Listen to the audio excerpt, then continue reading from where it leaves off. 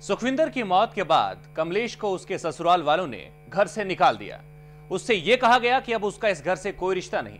तब से लेकर आज तक कमलेश अपने हक के लिए लड़ाई लड़ रही है, लेकिन कहीं से उम्मीद की कोई किरण नहीं दिख रही।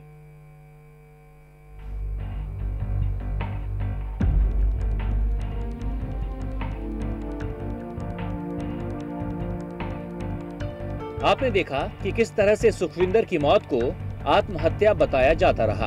वहीं सुखविंदर के शरीर और सिर पर चोटों के निशान साफ देखे जा सकते थे।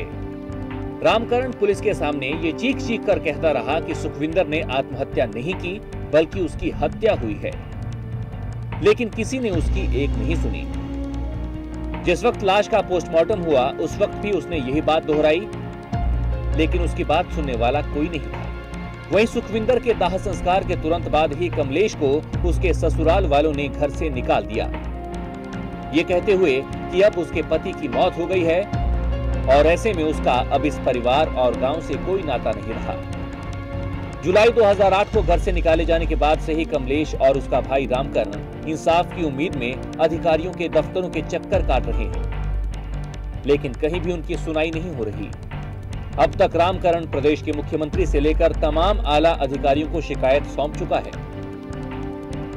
उन्होंने हमारी बिल्कुल उन्होंने कोई एक मिनट भी परवाह नहीं करी। बिल्कुल हम फिर एसपी के पेश हुए हैं, हम उड्डा के पेश हुए हैं, हम मेरा सेल में साहबाद थाने में, हम आगे जिंदल के पास भी गए हैं। बारी बार कोई भी सुनाई नहीं की भी। बोले थाना हमारी मुट्ठी में है तो हम वो कर लेंगे।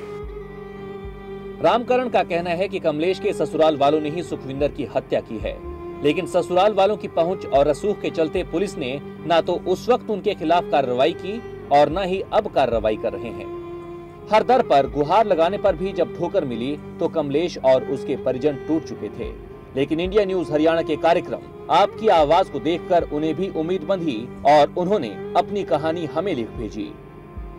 इंडिया न्यूज हरियाणा ने भी इन लोगों की आवाज को रखा है पूरे हरियाणा के सामने, ताकि इनकी आवाज अकेले इन्हीं की नहीं बल्कि पूरे हरियाणा की जनता की आवाज बन सके। आपकी आवाज के लिए पानीपत से सुनील सरदाना, इंडिया न्यूज हरियाणा।